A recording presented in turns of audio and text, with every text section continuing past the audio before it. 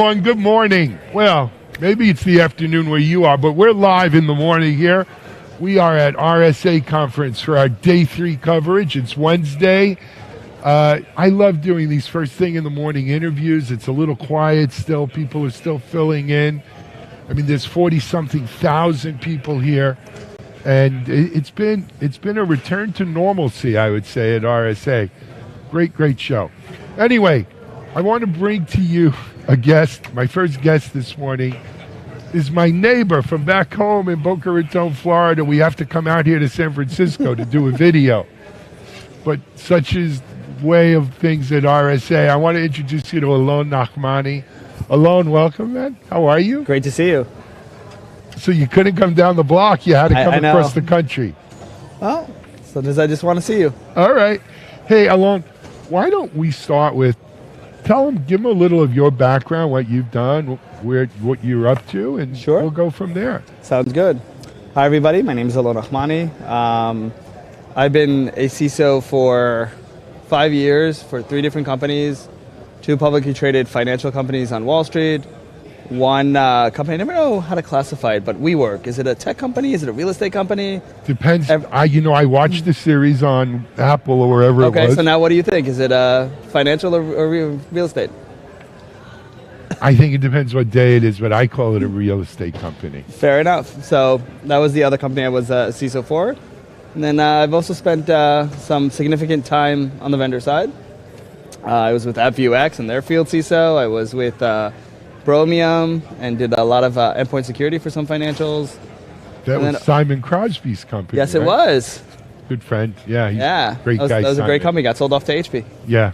And then I also got to spend some time at Cyberbit, Elbit's commercial branch. Yep. And did some really great OT security there. Excellent. So we're out here in RSA. It certainly seems back. I mean, look, I'm here at RSA 20-something years. But Alon, what's your impression, if you want to share with the audience? Sure. So we did this last year. I remember. And I think last year when we spoke, we said, it was great to finally be back in person and be out here and just connect, shake people's hands after we didn't do it for so long at COVID.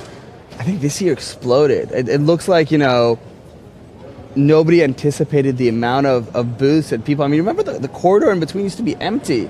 Now it's jam-packed and there's like 4 or 5 different rows of just being able to walk through. So the corridor was full. In 2020 was right before COVID. Mm-hmm. And literally, it wasn't even before COVID. It was right when COVID started. And that was the first year I saw them fill the corridor between North and South. Last year was certainly in retrospect, last year I think was a dip your toe in the water year. Yep. We came out here with 12 people, 6 went home with COVID. And I've heard of a lot of other people went home with COVID. Yes. It's kind of become the joke. You go to a conference and you get COVID on the way home. Reinfect. Yep. Right, AWS reinfect. But nevertheless, I think that was last year. I think COVID's in the rearview mirror. I think there's 40-something thousand people here. And that's testament to that. But we're also, just in terms of further evidence, we came directly here from Amsterdam, KubeCon, Cloud Native Con. They capped their attendance at 10,000. It was sold out with a 2,000 person waiting list. Crazy. So it's we're back. Yeah, no, we're back to doing conferences. We're back. But I was here in 2020. I was here in 2019 and 2018 and 2017 and all the way back to 2001. Not only is there a lot of people here, the enthusiasm and excitement and buzz is off the charts here this year. It's not even that. I'm seeing so much more going on off the conference floor. Right. And so, you walk up the street here to Starbucks, it's packed with people having meetings. Mel's and Diner talking. I have a meeting right after this at Pete's. Every restaurant, every hotel is full. The problem is there's not as many restaurants as there used to be because a lot of them closed. But and what's interesting is, don't forget, this is all taking place on a backdrop of layoffs in the tech industry. True. High interest rates, questions around the economy. But as I've always said, I think cyber or security, as I call it, is somewhat recession-proof. You know, it is. More insulated than others. But, then there's a big but here. I think the conversations are changing. The conversations used to be about how can I protect you and what am I protecting and what am I doing? And the conversations are now turning to where they should be. How am I offsetting your risk? How am I increasing your ROI on cyber so that as a CISO, you can go into the board meeting and you can actually talk about the value that cyber brings. Is it recession-proof to a degree and to a point because the company's going to get hacked and at that point the bottom line is going to be affected. That's really the value that we bring.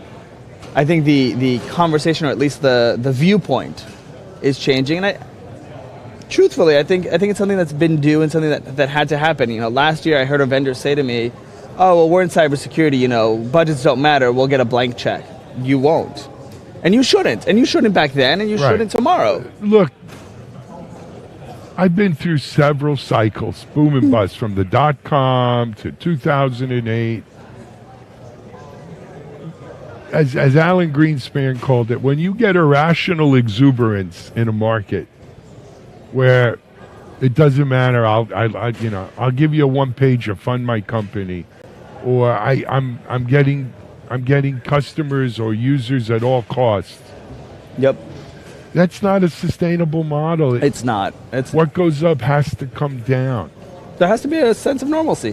Yeah, and I think that's what we're dealing with. But in a normal environment, people need cyber. People need security. Without a doubt. It is much more insulated to economic ups and downs than other areas in tech. No, without a doubt. I just think, again, I think it's more now that we're having these conversations and actually evaluating the value that people bring. I also think this is going to be the time of consolidation. There's no longer, it's less acceptable for a company to say, well, I only protect you, but if you have this solution already in place and I'll integrate between this solution and that solution, that's going to start to disappear a little bit more, the kind of specialty area. And there's a lot of CISOs that I've been talking to this week that are just saying, my budget's getting tight, not necessarily getting cut. I'd rather spend it on a vendor that's going to cost me 60%, but bring me 80% of the solution versus 10 different vendors, and I'm also going to have to worry about the overhead and care and feed and all the integrations and all that other stuff.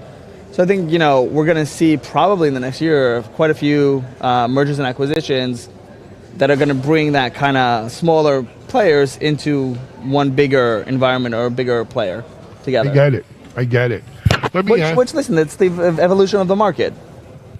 But you know what? But it's also like a forest fire.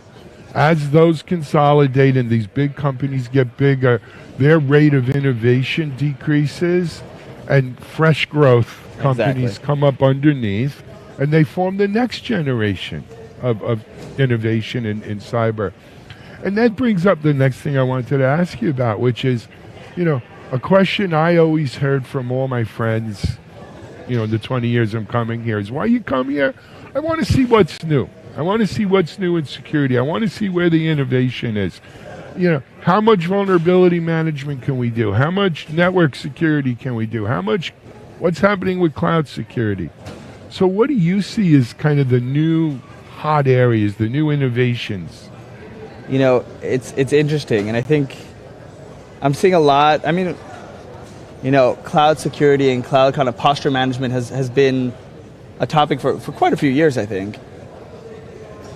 As a CISO who has experienced two breaches, as a result of data security, not knowing where my data was, and not knowing as a result what I needed to secure, what I needed to invest in, I'm happy to see that data security is something that's kind of being concentrated on and something that's definitely growing. To me, that's very, very, very important. Yeah, I think for a long time, certainly the last 12 years, maybe more, we focused on AppSec. And not that AppSec's not important, of course, you, but we focused on AppSec, I think, at the detriment of DataSec. That's very, very, very key. And like I said, I'm happy. I really, on a personal level, I'm happy that it's something that's getting a priority and something that's really taking effect. Because I think, again, just out of experience, it's something that is so important and something that should be talked about, something that should be dealt with. Not a good quote, but if you look at AA, you can't solve something until you know that you have a problem. Well, so that's the next thing that I see too, right? The whole sort of attack surface management. That's very prominent here. I've interviewed several people sort of on the floor, which is you got to know. Actually, I was interviewing the CPO at Tenable yesterday. Okay. I forget his name off the top of my head, but Nico.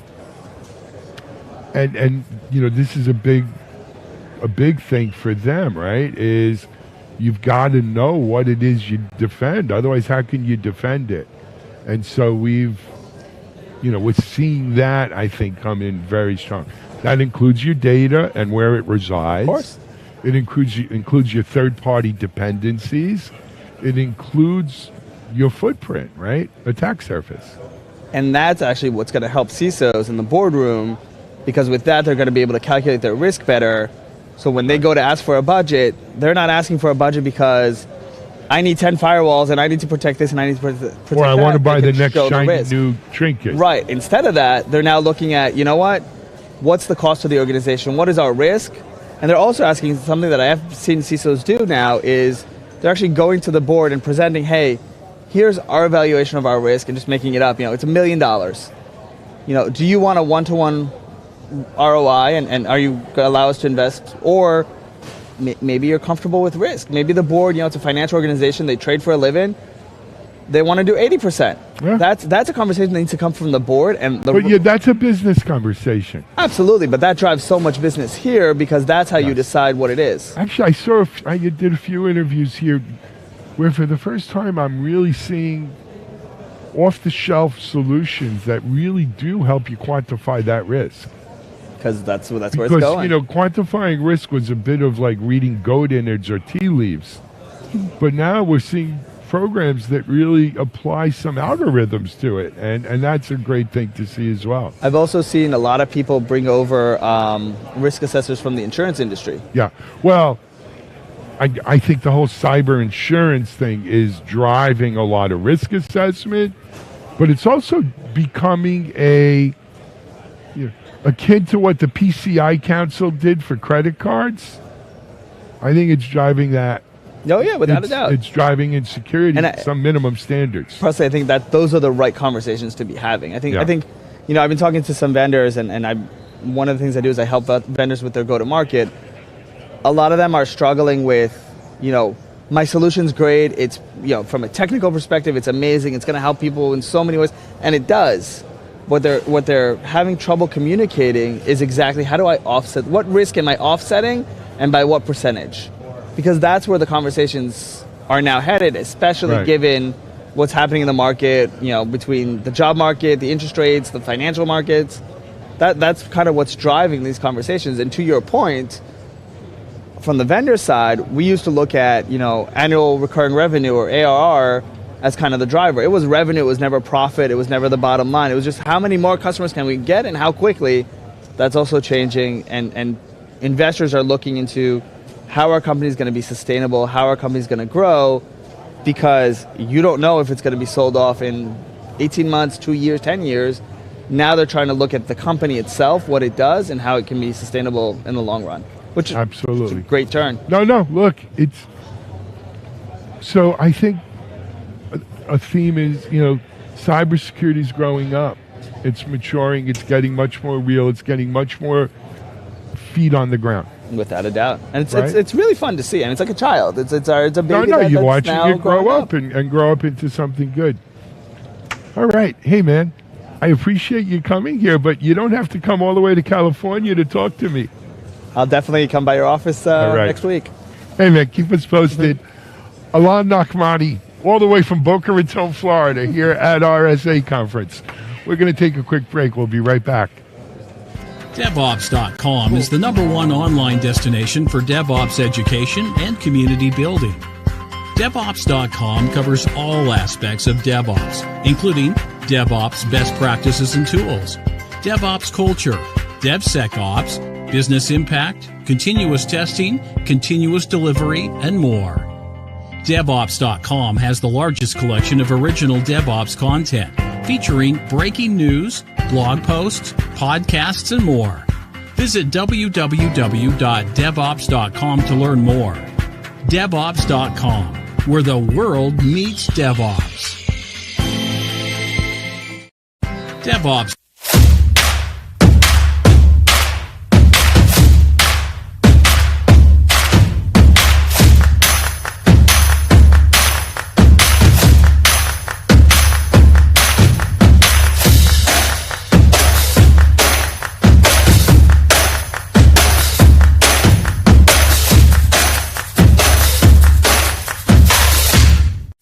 SecurityBoulevard.com is the leading resource for news, analysis, and education on challenges facing the cybersecurity industry.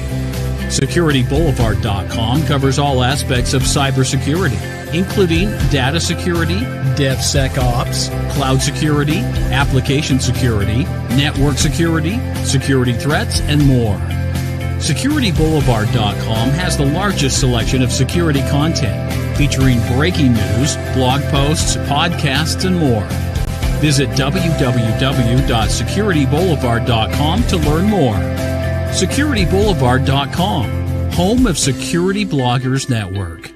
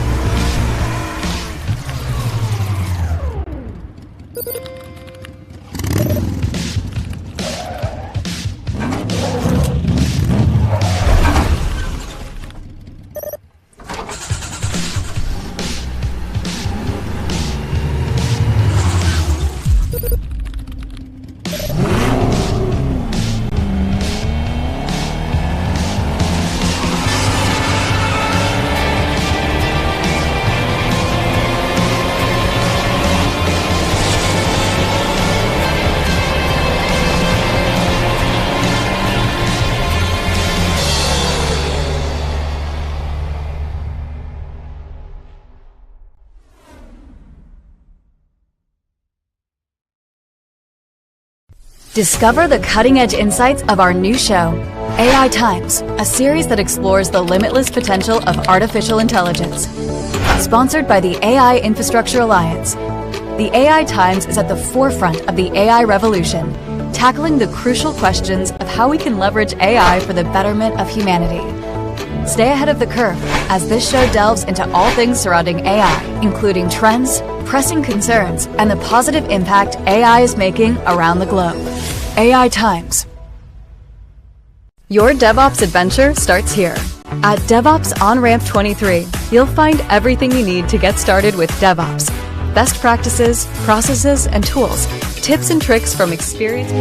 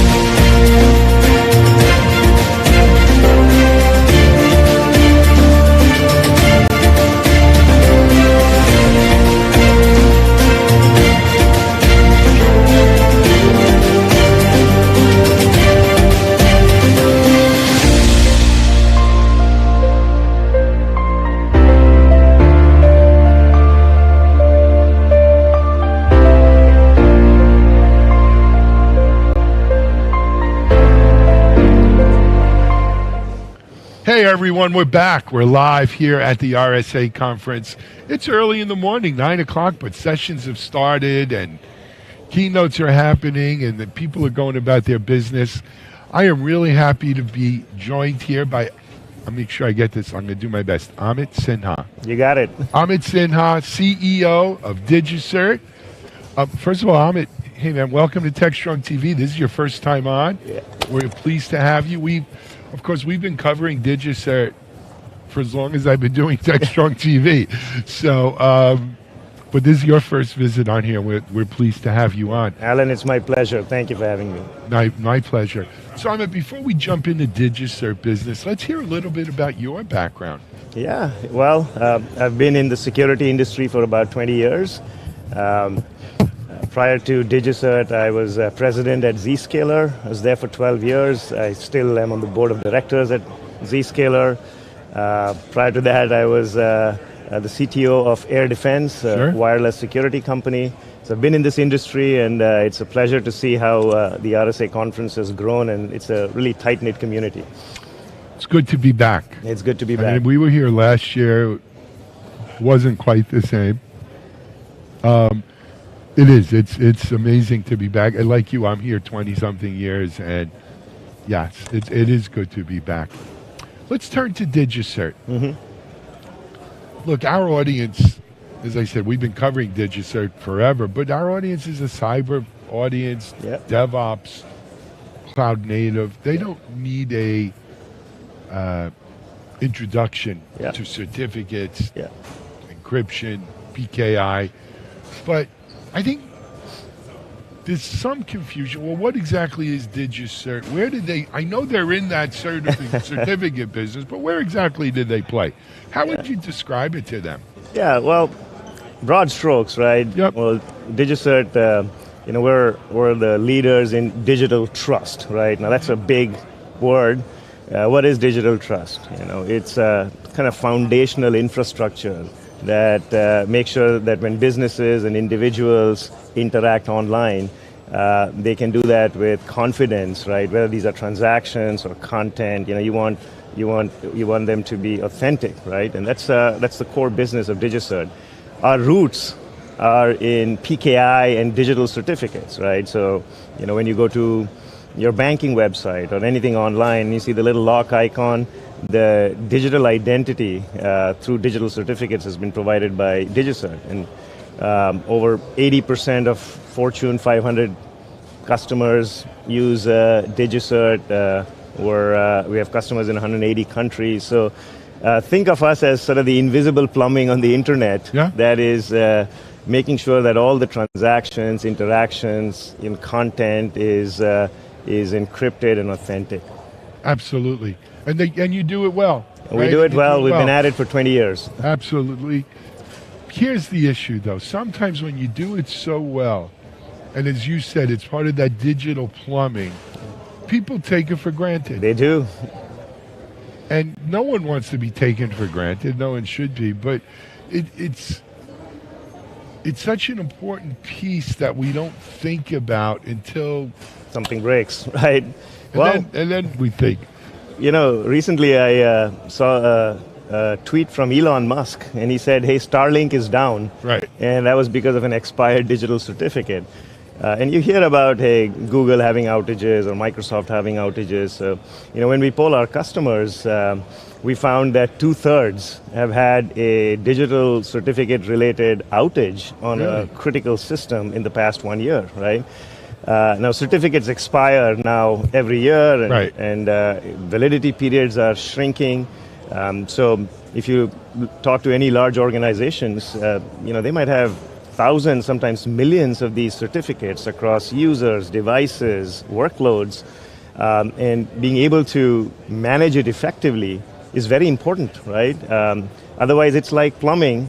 You don't realize till it breaks and floods your house, right? Yep. Then you got a problem. Yeah, so I think the three big problems that our customers routinely see us solving for them. One, obviously we provide the digital trust fabric, where we reduce the risk of outages because it's properly managed with our trust lifecycle management solution. Second, they reduce the attack surface and associated data loss. That's a big problem. And third, I think, just the basic notion of trust in a service, right? And you'd find that, and we did this survey and we found that about 47% of end users will change their vendor when they find that they're not trustworthy anymore, right? So, so I think reducing outages, the ability to reduce attack surfaces, and improving user trust in digital services. That brings up another area, though. I think people think of, when you look at stuff from 500,000 feet, right. You don't see the wrinkles, you right. don't see a lot of features. It kind of all looks homogeneous. Yeah. And people say,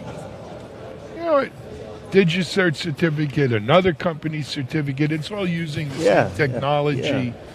This expired, maybe I'll go with this one. As you sit here, what are the defining sort of features or characteristics on why people should care? Right. Which certificate vendor, which digital trust vendor? That's a great question, Alan. That's a great question. Look, the math is common to everyone. PKI has existed for a while. The question is, can you come up with a platform that can address specific use cases and solutions? So I'll give you maybe a couple of examples, right? So we have now leading medical device manufacturers who want to make sure that critical devices like glucose monitors and infusion pumps are tamper resistant and their communication is secure, right? Now, it can be done beautifully with PKI. So, you have a device that has now iPhone-like security. It boots up, it has a certificate for a digital identity. The software that gets installed on it is signed by DigiCert so that, you can't jailbreak it, right? So you kind of start getting iPhone-like security on these IoT devices. Now, it is all PKI and its certificates. What has DigiCert done? We have a DigiCert One platform that really integrates well into things like manufacturing lines and the requirements for flexibility around certificates, the ability to issue a batch of, say, 1 million and, load up a factory, right, to be able to print these out become important. How do I do over-the-air updates? How do I manage all of that? So that's like one example. Right. Another example that got me very excited was, a large nation in Asia recently ran their entire elections, right, using DigiCert. And think about PKI-based digital identity for all your citizens. Think about your ballots being electronic documents that are tamper-resistant, right? And so elections are fast. They are, you can't repudiate them. There's no let's recount, right? And it's all based on strong cryptography and chain of trust. So being able to do these types of use cases in a seamless way, it's the application of PKI and cryptography. Assert's assert, right? Sure. So that's one area. And then, in the core enterprise, I'll go back to certificate lifecycle management, right? As you know, these secret durations are getting shorter and shorter, right? Recently, we did a public webinar with IBM, one of our customers, and they have 10 million certificates, right? Now imagine, and this is across users, devices, ephemeral workloads, right? How do I manage all of that from discovery, right? What are the crypto algorithms? Are they vulnerable? When is this expiring? To automation and scaling, right? So it's not just certs, it's the whole SaaS and solutions around. I think that's you the just key. Hit it right. It's not just issuing the cert. That's easy, right? Look, we were talking off camera. There's a few issues out here that have the potential to really shake this business up. Yeah. One, quantum computing. Absolutely. Well, look, everyone thinks quantum is, in the next 5 or 10 years. And in the recent Time magazine cover in February was all about quantum computing, right? I think IBM recently talked about a 400-qubit quantum computer, right? And I saw a paper that popped up by some Chinese researchers that claimed, right, and experts have said they might be dubious, that they can crack RSA 2048-bit with 372 qubits. Now, they didn't have access to such a computer, and experts will tell you, well, there are some flaws in the algorithm. But here's the way I look at it. This isn't. This isn't like a white day-like thing right. where you know the exact date. It's going to happen, right? It's not if, it's when. It's when, and it's going to be sudden, right? And it could be an extinction-level event because suddenly, well, it's not just that now I can't communicate securely using traditional ciphers and TLS 1.2 or 1.3. What about my iPhone backups and what about my cloud storage? Everything. Everything's up for grabs. Yep. What about the electronic document you sign, right? Can someone tamper it and re-sign it, right? So I get it. All of those, are big problems, and I think where most of our progressive customers are making way is getting ready in the form of, let's step one, I need an inventory, right? I need to know what kind of certificates and crypto assets are deployed. What are my crown jewels, right? And then step two is automation. So if I have to swap, 100,000 of these, will I be doing one at a time, right? Yeah. So that's one aspect. And of course, there's a bigger component on infrastructure, right? Will my Cavium SSL accelerator be able to deal with a lattice algorithm that's quantum proof, right? And so, that's a big seismic event. I think a lot of people saying, oh, we'll just come up with a quantum algorithm. I don't think that's the answer necessarily. It's the whole thing, right? Agreed. So we've got quantum. Now we also have AI. Another big kind of question mark out there. Yeah. There's a lot of talk around AI, particularly with ChatGPT, right? I think, look, from a security perspective, I think content provenance will become a big issue. Like, you're recording this video, and how do I know it was legit, right? Did someone deep fake it, right? Wouldn't you want to sign it as Techstrong, and don't you want your messaging clients to be able to say... I can't put that little hologram sticker on it, right? You want to say, hey, this is authentic Alan, Techstrong, and your clients are validating that. Otherwise, it's trivial these days to produce fake news, produce fake images, right? Agreed. So generative AI is just going to make these things easier, and people won't know what's real and what's made up. And so the ability to say, this is the authentic source of it, and that's through cryptography, right? You sign your content. Today, DigiCert is signing documents and signing software, but tomorrow, it could be images and multimedia and video, and everything. You want to make sure that it's legit. It's all up for grabs. We're almost out of time, but on it, one of the highlights is the DigiCert user conference. Is always, and I'm hoping it'll be back now with in person. Yeah. We're looking at hosting a DigiCert Digital Trust user conference in fall. Please check out our website, and you'll get more information around it. It's a good opportunity for PKI, cryptography, digital trust experts to meet, and you'll see lots of customers share their use cases and stories there. Digicert.com. Digicert.com. Excellent. Thank you so much for coming. Thanks, Alan. Us Always at a pleasure. Amit Sinha, CEO, Digicert. Check it out at digicert.com. There's changes coming. There's changes afoot, right? We're going to take a break. We're here at RSA. We'll be back in a minute. Thank you. All right, bye-bye. DevOps.com is the #1 online destination for DevOps education and community building. DevOps.com covers all aspects of DevOps, including DevOps best practices and tools, DevOps culture, DevSecOps, business impact, continuous testing, continuous delivery, and more.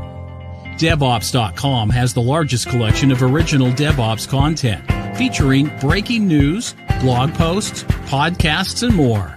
Visit www.devops.com to learn more. DevOps.com, where the world meets DevOps. DevOps.com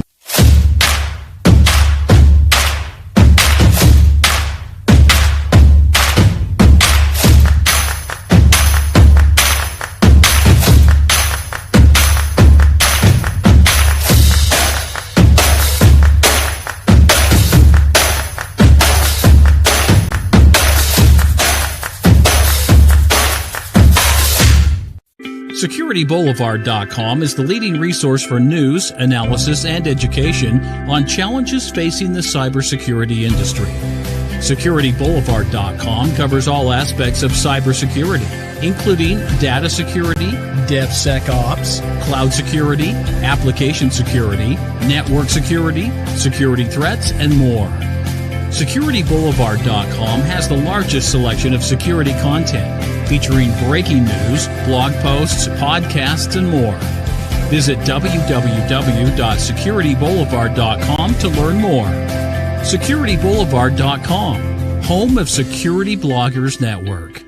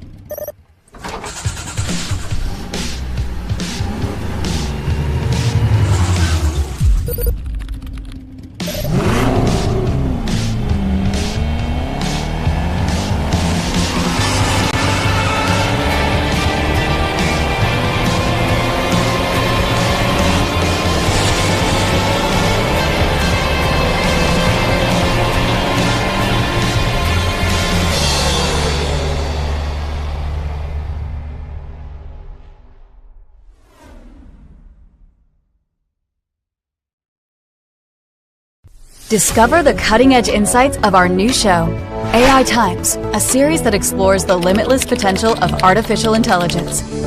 Sponsored by the AI Infrastructure Alliance, the AI Times is at the forefront of the AI revolution, tackling the crucial questions of how we can leverage AI for the betterment of humanity.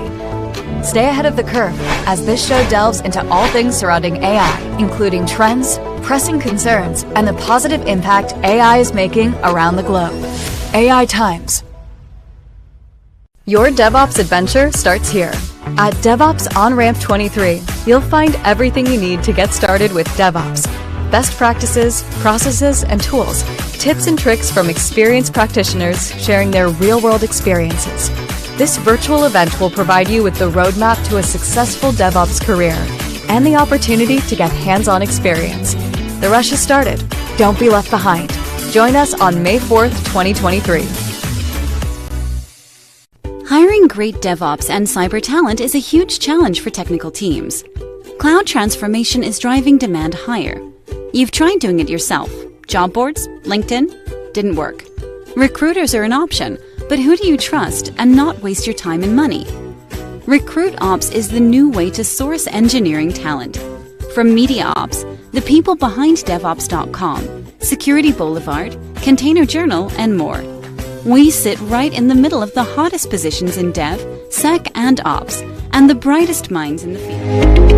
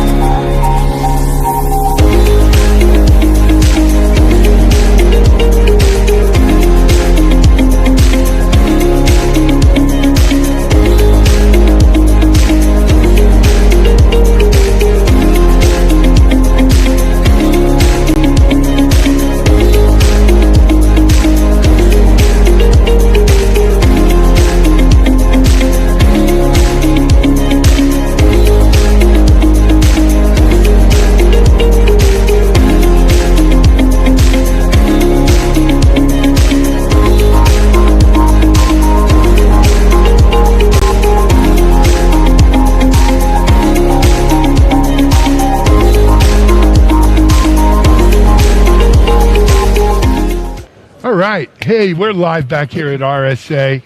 It is day 3. Well, it's day 2, but sort of day 3. It's Wednesday. How about that? And we are in Moscone West. People going up and down the escalators to their sessions. I'm really happy to be joined by Grayson Milbourne. That's right.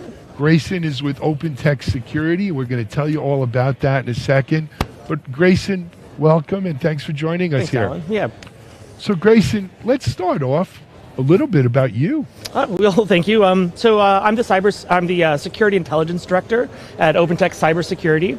I've worked in cybersecurity since 2004, so I'm approaching 20 years. So it's, as you can imagine, in those 20 years, a lot has changed in this landscape. And so my primary role is focusing on efficacy. So I work within the product team. I used to be a threat analyst for about a decade, and now I work to align threat researchers' efforts with product lifeline and efficacy improvements to basically ensure that our products stay effective against the ever-changing threat landscape. Excellent, man. So Grayson, look, OpenText is a company name that I think a lot of our audience has heard. But when we start saying OpenText Cybersecurity, there might be a lot of blank stares. Understandable. Sure. Share with our audience, what is OpenText Security? Yeah. So OpenText Cybersecurity is a newer division of OpenText, and it really began in 2018 when OpenText acquired Guidance, which is Encase and a pretty well-known brand. And then in 2019, they acquired Carbonite and WebRoot. And I actually came from the WebRoot side of things, and that's where most of my career has resided. But OpenText really saw cybersecurity as a really opportunistic environment to be within. And so after they acquired Carbonite and WebRoot, they acquired another company called Zix that does email security, a company called Bricata that does network detection and response.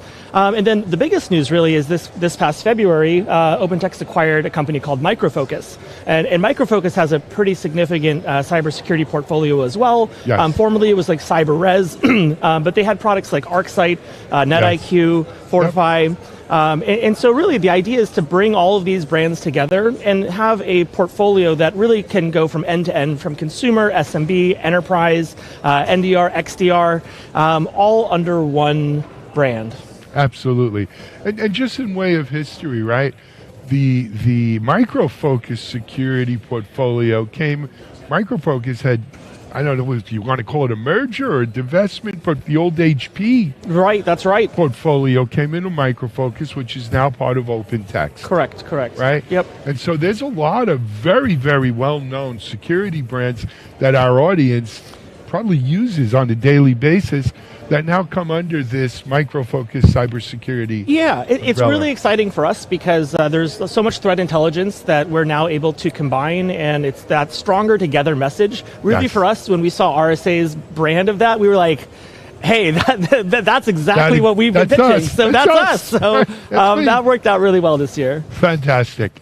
And for people who want to explore the whole Micro Focus cyber portfolio, is there a particular website you'd send them to? Oh yeah, I would go to opentext.com and there's a link to the cybersecurity area, and you can then learn more about all of these products and our vision for how we're going to integrate.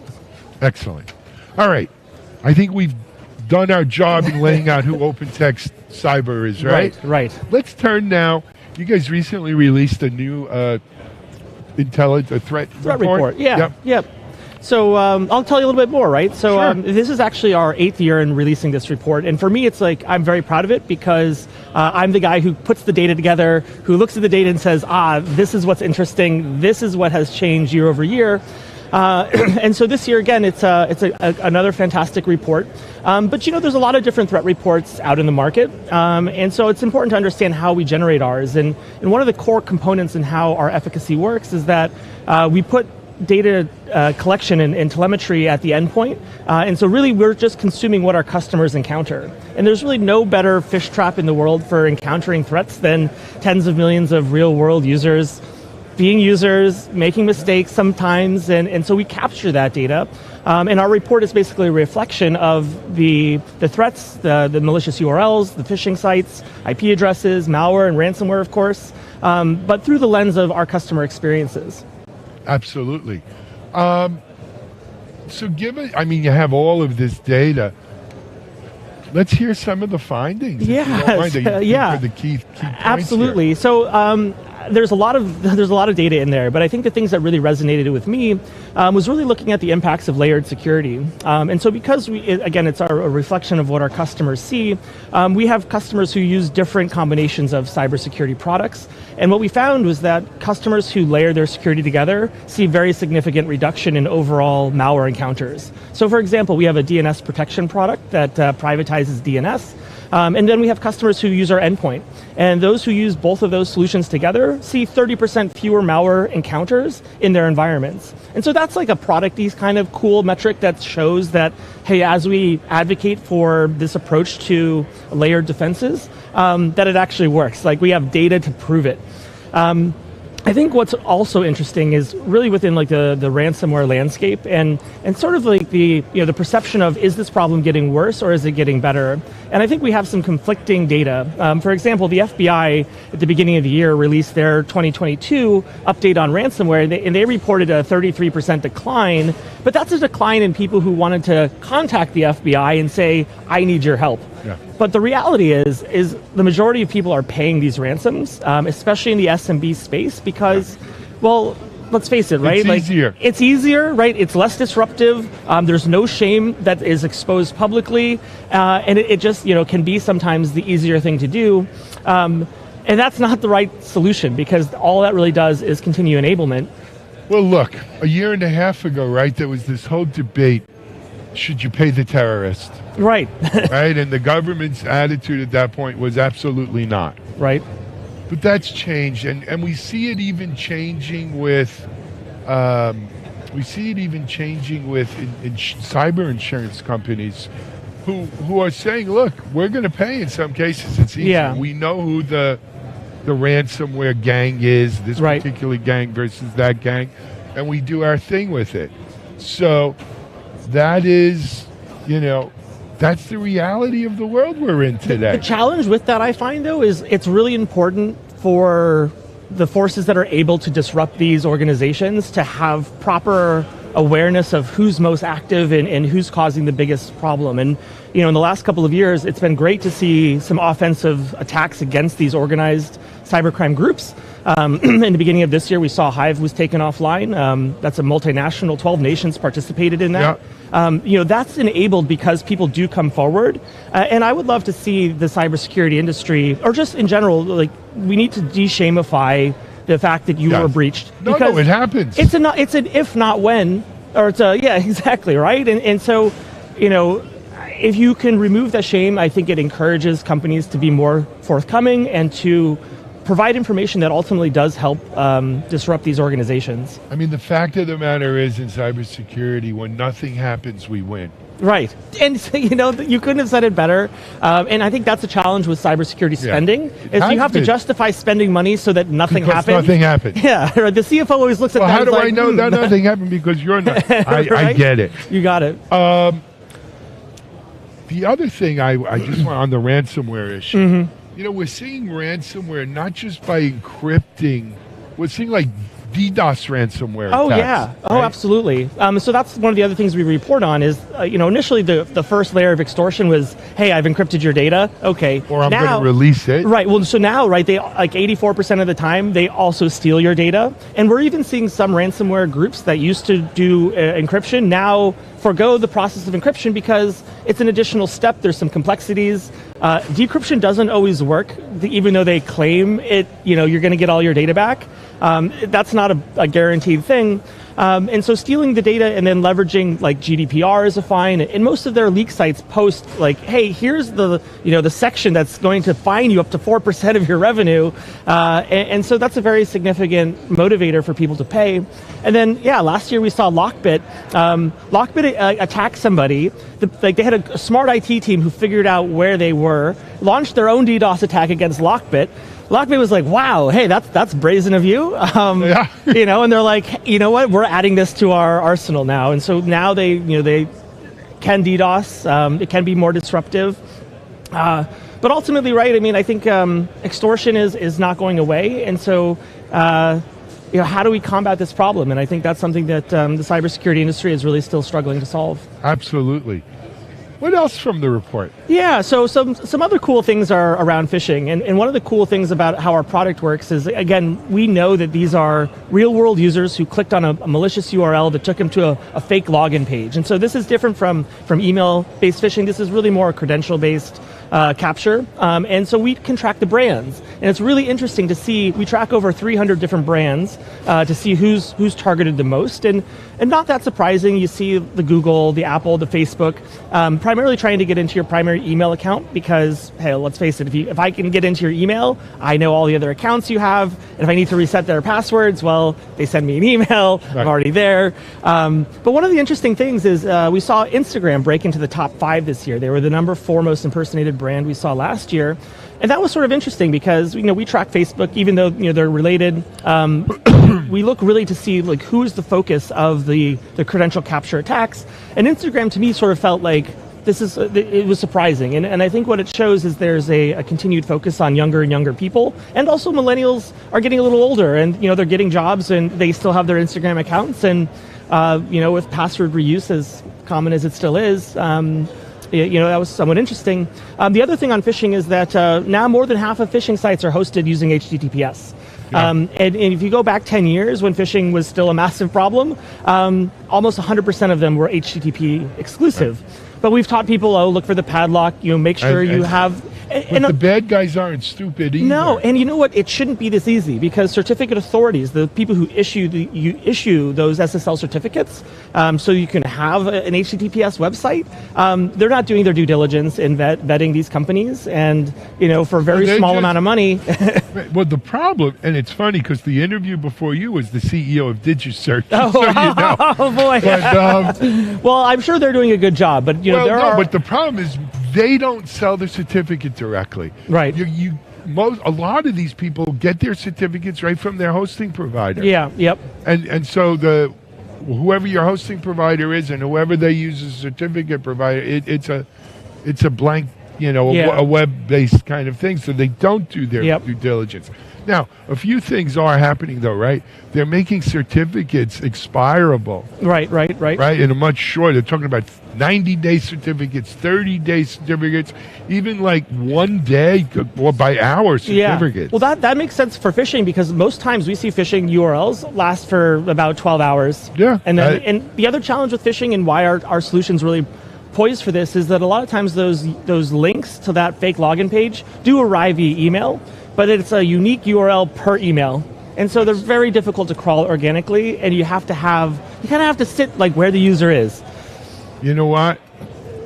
They're not dumb, these bad guys. No. Right? And they get smarter all the time. Yeah. And now, of course, empowered by AI and it's going to be a whole different world. I was actually just talking to the DigiSearch guy about this. I mean, is there going to come a time where, this Techstrong TV interview with Grayson has a certificate on it to prove that it's really Alan and Grayson? The amount of voice that is recorded in this conversation is way more than enough. I can clone you, yes, so no doubt about it.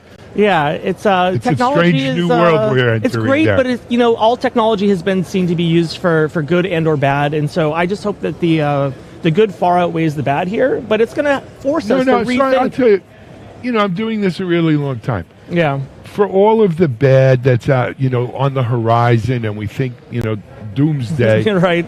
We're a heck of a lot better now than we were 20 years ago when you started. Oh, absolutely. We've made progress. No question. We'll end it on a positive note right there.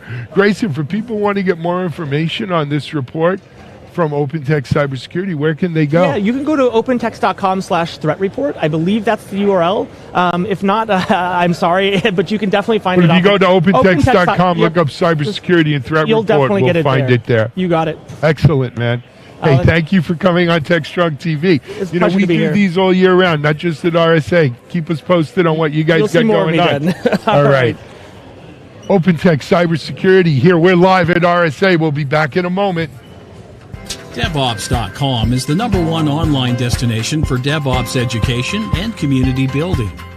DevOps.com covers all aspects of DevOps, including DevOps best practices and tools, DevOps culture, DevSecOps, business impact, continuous testing, continuous delivery, and more. DevOps.com has the largest collection of original DevOps content, featuring breaking news, blog posts, podcasts, and more. Visit www.devops.com to learn more. DevOps.com, where the world meets DevOps. DevOps.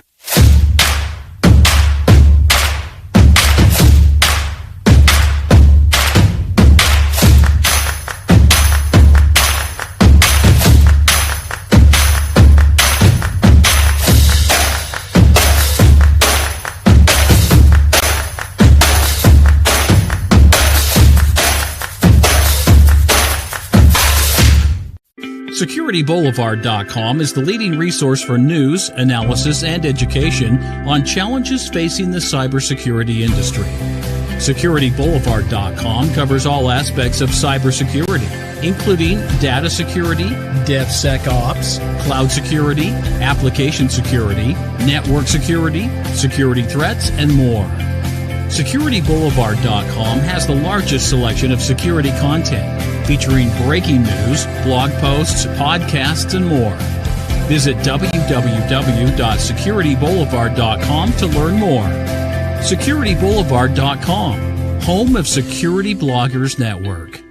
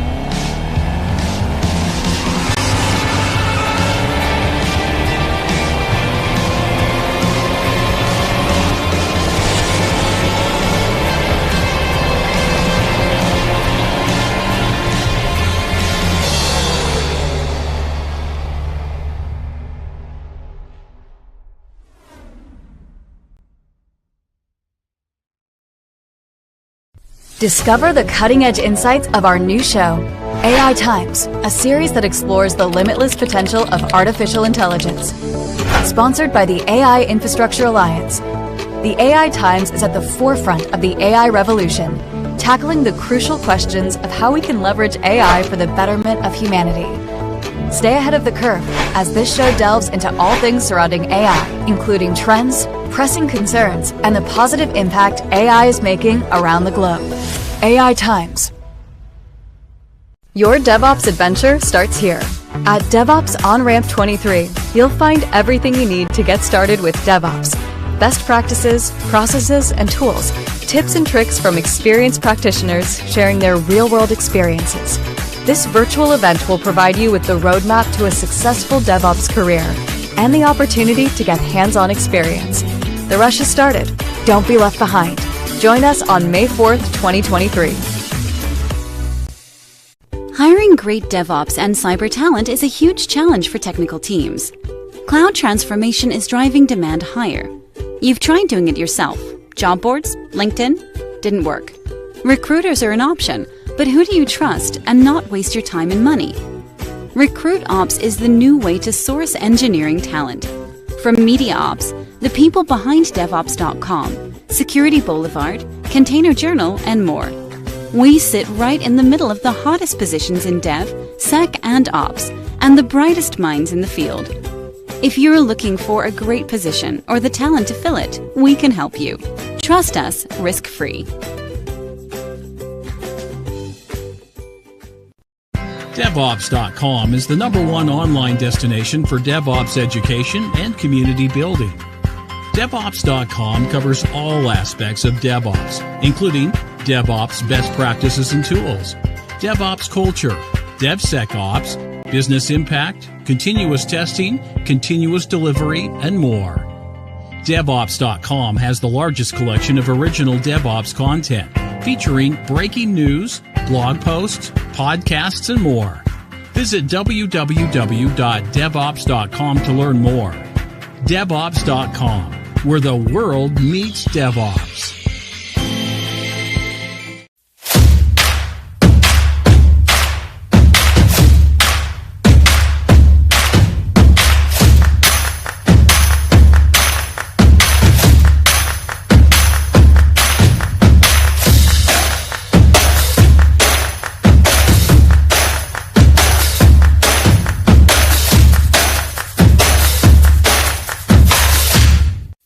SecurityBoulevard.com.